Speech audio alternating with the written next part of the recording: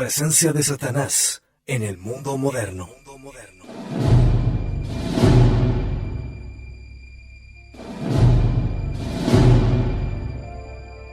La realidad cruda de los demonios que andan dispersos por el mundo para la perdición de las almas. Un texto preconciliar de Monseñor Cristiani.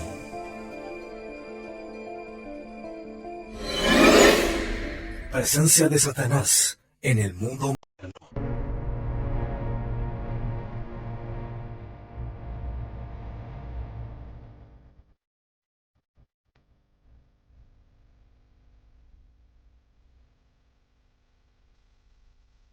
Estimados auditores de Convicción Radio, nuevamente volvemos con nuestros capítulos del libro Presencia de Satán en el mundo moderno, escrito por Monseñor Cristiani. Recordemos que hablábamos del caso patético de Antoine Gay y hoy vamos a seguir viendo estos ejemplos de la posesión en Antoine Gay. Un combate patético.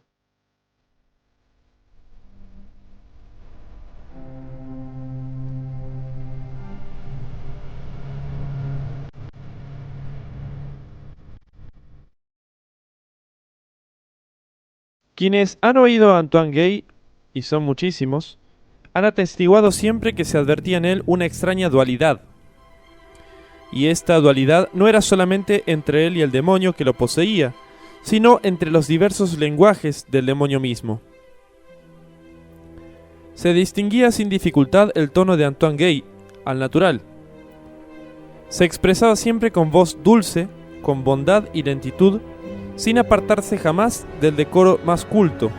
En cambio, cuando el principal de los tres demonios que había elegido domicilio en él, Isacarón, tomaba la palabra, la voz se tornaba, por el contrario, breve, imperiosa, apasionada. Adoptaba un tono autoritario y hablaba de tú con todo el mundo sin miramientos ni distinciones, aun cuando se dirigiese a los más altos dignatarios de la Iglesia. Solo que en sus palabras se podían discernir dos registros completamente diferentes.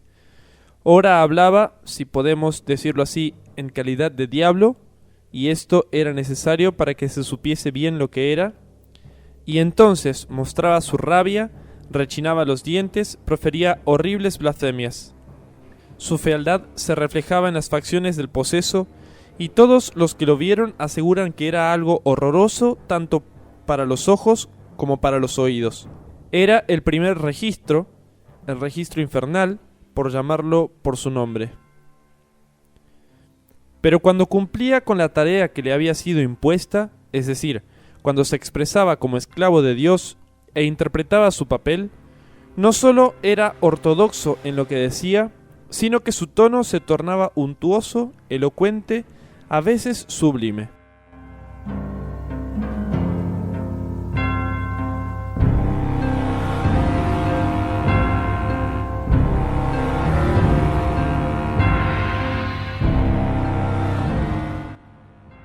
En el transcurso de un mismo diálogo, se veía al posesor y al poseído tomar la palabra por turno y se comprendía la lucha espantosa que se desarrollaba en el corazón del pobre Antoine Gay. Por ejemplo, acaba de hablar de deplorar el estado en que se encuentra, de proporcionar las pruebas de su piedad muy sincera. Súbitamente y sin transición, Isacarón interviene por boca de él. La voz le cambia. Se hace ronca y se asiste a un desbordamiento de gritos, de injurias e invectivas. El que era antes todo dulzura y humildad, se muestra de pronto amargo, sarcástico, obsceno. Confesiones diabólicas. Pero lo que asombraba, lo que hasta entonces no se había visto sino muy raramente, son los testimonios del mismo demonio sobre la misión que ha recibido y la cual tiene que cumplir de buena o mala gana. No es una vez al pasar, sino 10 veces por día que vuelve sobre el tema y que lo proclama. «Me veo forzado a alabarte, oh Maestro soberano», exclama. «Las criaturas están obligadas a reconocerte y reconocer tu poder, tu bondad y también tu justicia terrible. Soy yo, Isacarón, príncipe de los demonios impuros, que está obligado por orden de aquel que es todo a hacer escribir cantidad de cosas. Durante ese tiempo, en efecto, los oyentes, y en especial Ocelot, no cesaban de tomar notas sobre todo cuanto decía. Y la voz proseguía: «¿Debo entonces servir de instrumento para instruir a los hombres, yo que rabio para perderlos? Estoy obligado a decir cosas que parecen asombrar a los hombres más sabios. Las digo para gloria del Todopoderoso, para vergüenza y confusión del infierno. La voluntad de aquel delante del cual todo se doblega en el cielo es que yo, el diablo Isacarón, como poseo el cuerpo de Gay, hable por su boca, actúe por sus miembros y haga muecas horribles, lance gritos espantosos. Yo, que me veo forzado por Dios a dar todos los días pruebas de la posesión de este hombre. Oh sublime maestro, ¿cuánto me haces sufrir? Me obligas a demoler mis fuertes, mis bastiones. Que sea maldito el momento en que yo entré en este cuerpo. Nunca hubiese creído verme forzado a trabajar para la gloria del Altísimo y trabajar en la conversión de las almas.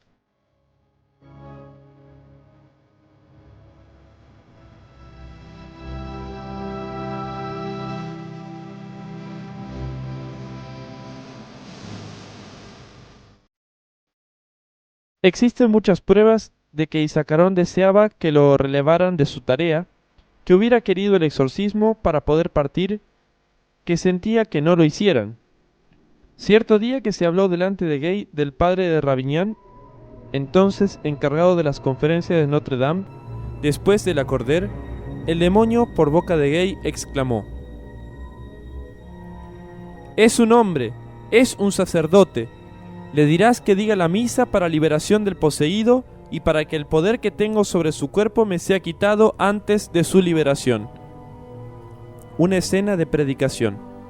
He aquí una escena que cuenta el hermano Prime de las escuelas cristianas en Feurs-Loire.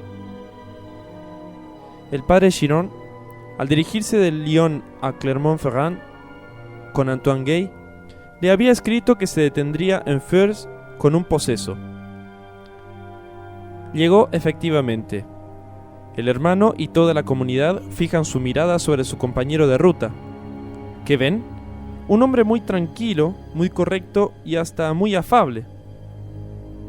El hermano no puede creer lo que ve. Susurra en el oído del padre Chiron: ¿no me había dicho que traería el poseso con usted? Pero apenas había hecho esta reflexión cuando el señor muy correcto, de pronto, cambia de rostro.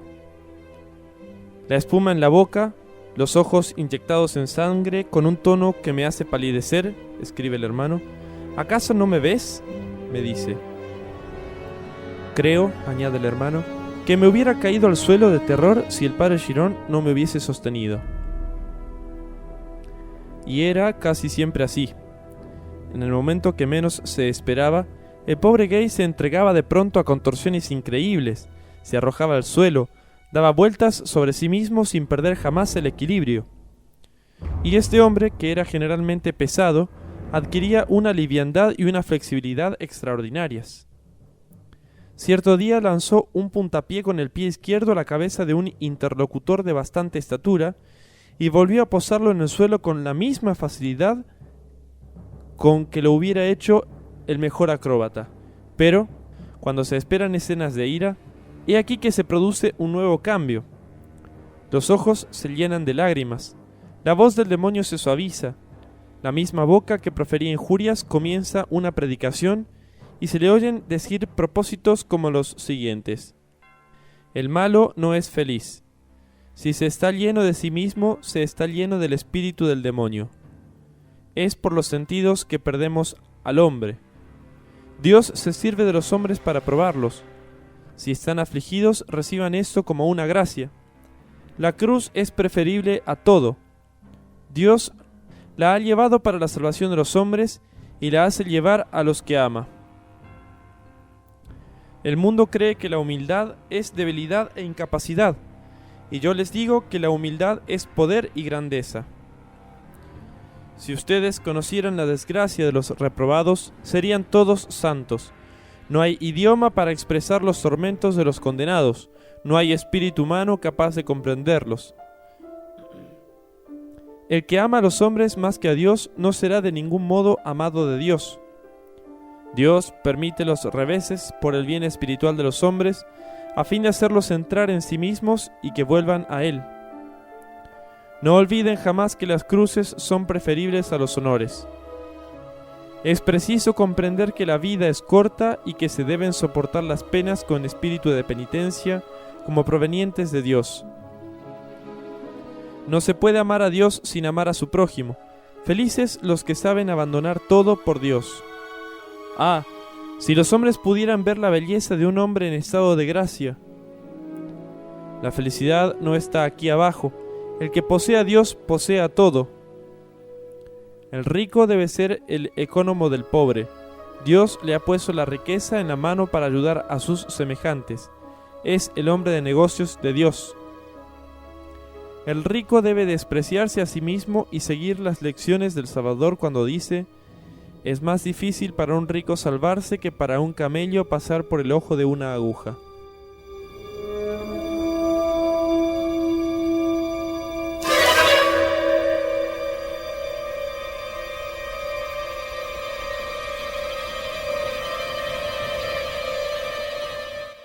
Pero lo más extraño es que Isacarón no había terminado de pronunciar todas estas sentencias edificantes cuando se enfurecía y empezaba a blasfemar contra Dios, a injuriar a las criaturas, a injuriarse a sí mismo. «Desdichados los orgullosos», exclamaba, «desdichado yo, Isacarón. Es el orgullo, la ingratitud y la desobediencia lo que han hecho de mí un ángel rebelde y reprobado». Algunas reflexiones de Isacarón. Citemos aún algunas reflexiones de Isacarón sobre diversos temas. Sobre Pilatos. Pilatos, que era juez, sabía que condenaba a un inocente, y sin embargo el diablo lo impulsó a condenar al juez soberano, al juez de jueces. Pilatos, al lavarse las manos, se las ensuciaba. Sobre María Magdalena, de quien el Evangelio dice que el Señor había echado de ella 7 demonios. María Magdalena es una gran santa a la cual hay que recurrir con entera confianza. En cuanto tuvo la felicidad de conocer a Dios, su contrición fue tan grande, sus lágrimas tan abundantes, que ningún demonio ha podido hacerla pecar de nuevo. Es el modelo de los verdaderos penitentes que deben tenerla por abogada particular junto a Dios, porque Dios concede grandes favores a quienes la invocan. Sobre la meditación. Si meditan bien sobre la vida del Salvador y de su Santa Madre, los desafío a cometer contra Dios el menor pecado. El hambre, la sed, la muerte no son nada. El pecado solo es temible. Sobre la perfección cristiana. A una señora que preguntaba a Isacarón en qué consistía la perfección cristiana y cuál es el camino que conduce a ella, le contestó: tener horror del pecado mortal, no cometer voluntariamente pecados veniales, no perder de vista la presencia de Dios, saber humillarse todos los días de su vida, porque el orgullo es el peor de todos los vicios, dar buenos ejemplos y buenos consejos, hacer penitencia como lo pedía el precursor, y que el que sea santo se santifique aún más.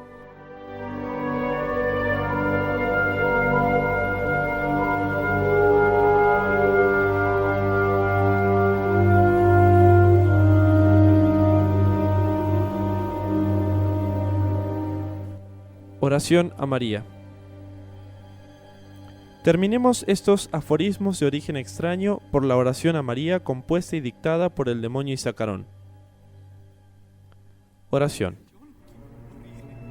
Oh Divina María, a ti me dirijo con entera confianza.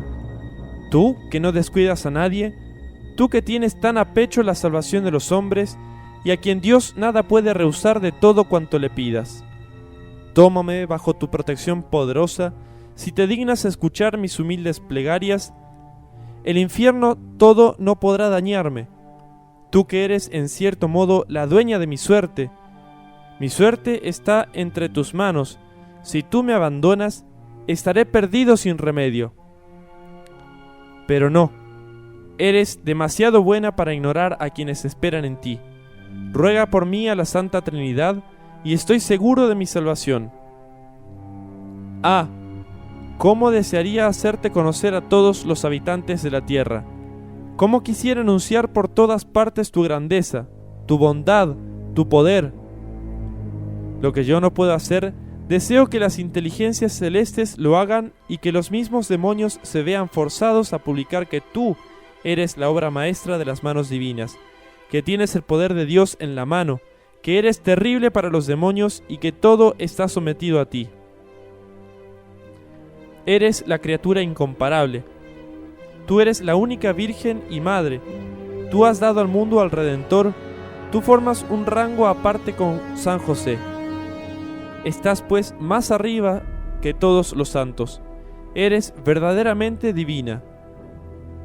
Espero en ti y creo firmemente que todas las potencias infernales no podrán triunfar sobre mí. Así sea. Todos los ángeles y todos los santos te bendicen para siempre jamás. Así sea.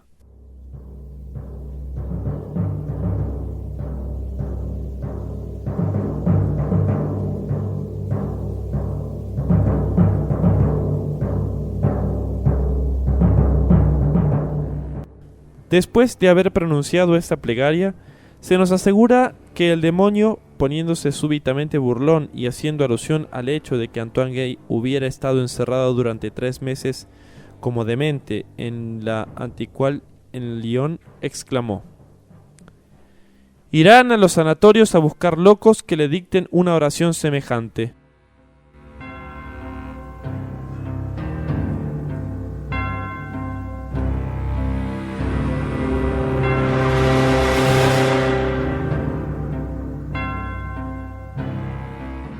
El fin de Antoine Gay. Con toda evidencia, la vida de Antoine Gay había sido lo que podríamos llamar fuera de lo común. En el siglo XVII hubo un ejemplo sobrecogedor de una posesión que sirvió para la santificación del poseso en medio de las más aterradoras pruebas.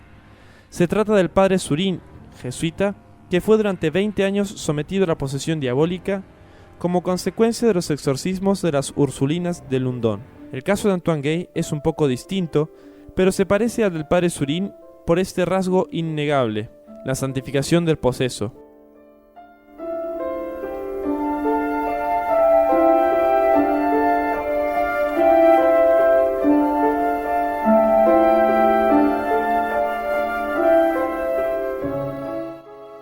Sus últimos años estuvieron marcados por una especie de abandono general, más terrible aún quizá que la posesión. El padre Chiron había muerto en 1852. El santo cura de Ars, que también se había interesado en él, había abandonado este mundo en 1859. Después de esta muerte, Antoine Gay vivió aún 12 años, pero no había ya casi nadie para acudir en su auxilio, por lo menos en forma continuada. Pero aceptaba todo con maravillosa resignación. Su familia tenía vergüenza de él. 2 de sus hermanas eran hostiles con él. La más joven impedía que sus hijos fuesen a visitar a su tío, y sin embargo, Antoine Gay, escuchando solamente su corazón, le dio 200 francos, entonces era una buena suma, para que se cuidaran cuando estuvo enferma. El demonio estaba siempre ahí. Antoine Gay combatía sin descanso a su cruel enemigo mediante una vida de oraciones y de penitencias rigurosas. Vivía como uno de los monjes del desierto de antaño, ayunando a pan y vino, acostándose sobre una tabla, usando el cilicio y aplicándose la disciplina.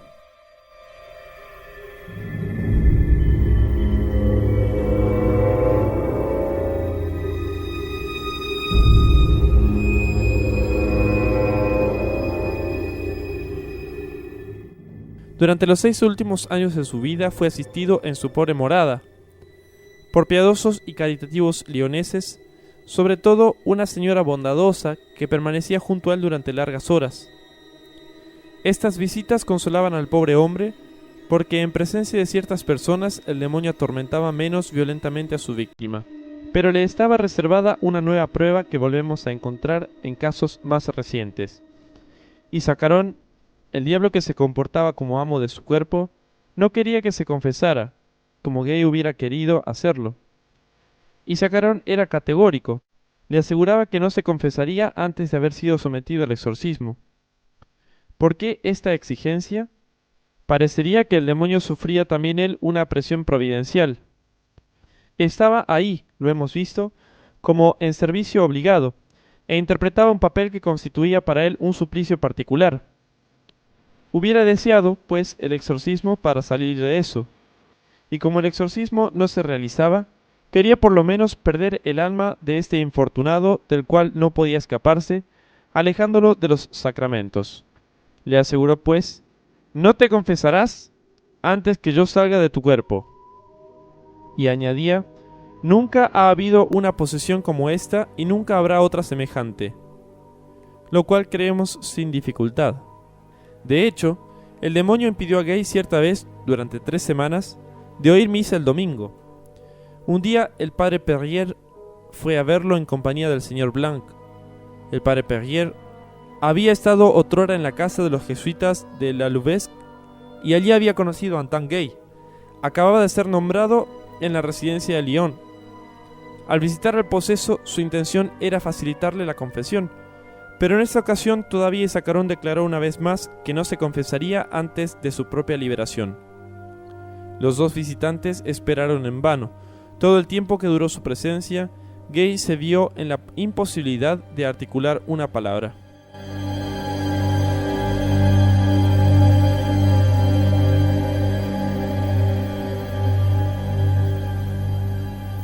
Yo no quiero morir.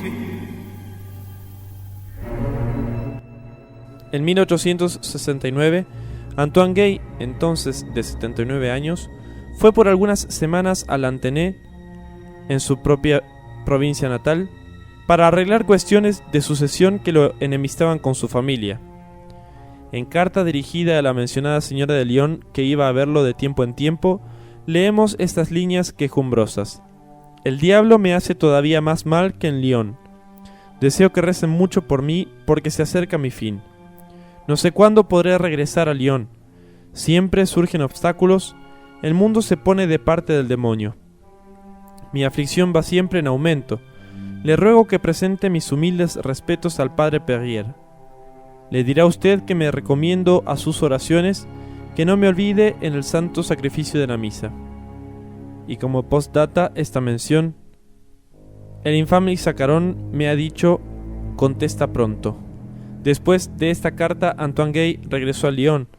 Cayó muy pronto en un estado lamentable.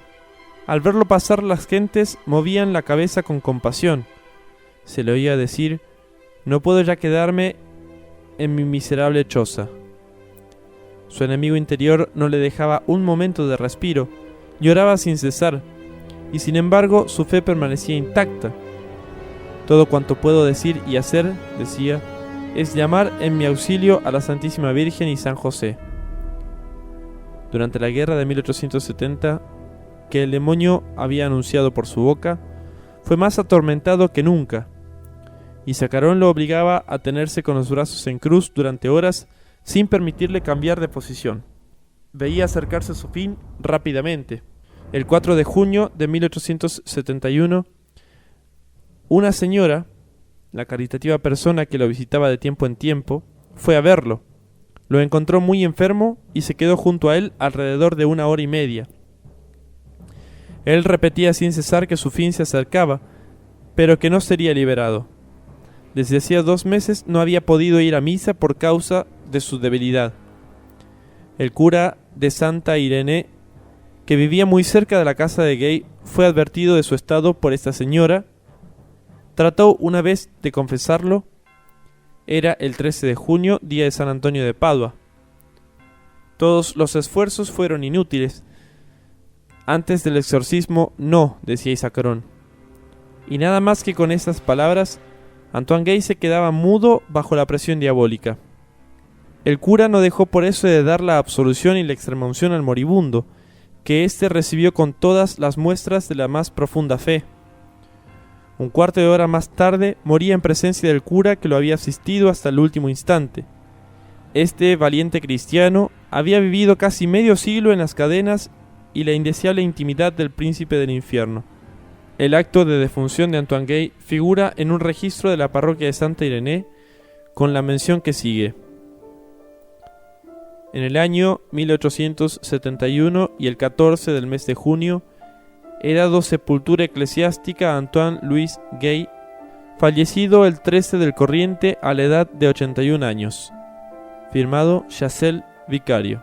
Entre los que lo conocieron bien y que le mostraron su simpatía, es menester nombrar además de los que ya hemos mencionado, tales como el padre Chiron, el santo cura de Ars, el padre Perrier, el abate Tocanier, a hombres de mucho renombre como el padre Colin, fundador de los padres maristas, el abate Chevrier, fundador del Prado, y muchos otros.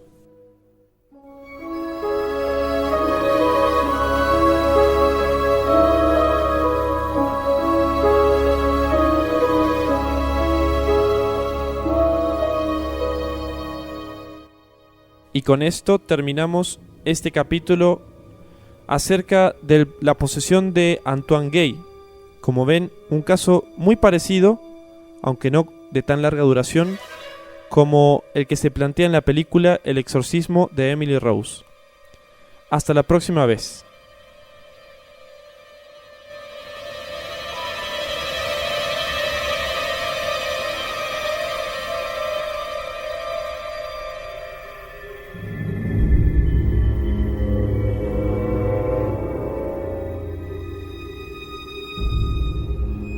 Presencia de Satanás en el mundo moderno.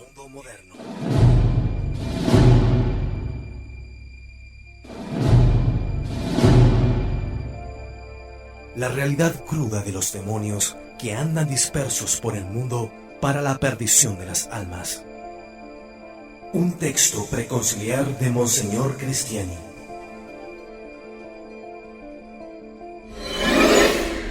Presencia de Satanás en el mundo moderno.